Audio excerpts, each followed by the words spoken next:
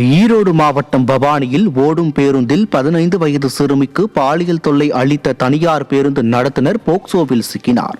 மாத்தூர் பகுதியைச் சேர்ந்த தனியார் பேருந்து நடத்துனர் பூவிலி கண்ணன் என்பவர் பணியின் போது 15 வயது சிறுமி ஒருவருக்கு ஓடும் பேருந்திலேயே பாலியல் தொல்லை கொடுத்ததாக கூறப்படுகிறது. இதுகுறித்து சிறுமியின் பெற்றோர் அளித்த புகாரின் பேரில் பூவிலி கண்ணன் போக்சோ சட்டத்தின் கீழ் பிடிபட்டார். திராவிட மாடல் திமுக ஆட்சியில் சிறுமிகளுக்கு எதிரான பாலியல் அத்துமீறல்கள் அரங்கேறாத நாளே இல்லை என மக்கள் குற்றம் சாட்டுகின்றனர்.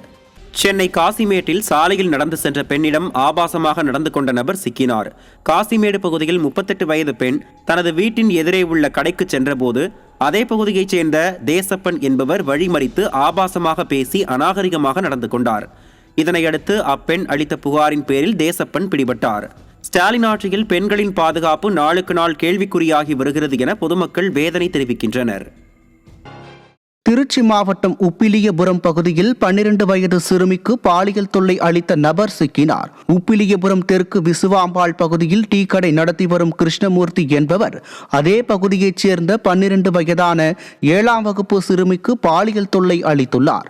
இதையடுத்து சிறுமியின் பெற்றோர் அளித்த புகாரின் பேரில் கிருஷ்ணமூர்த்தி போக்சோ சட்டத்தில் சிக்கினார்.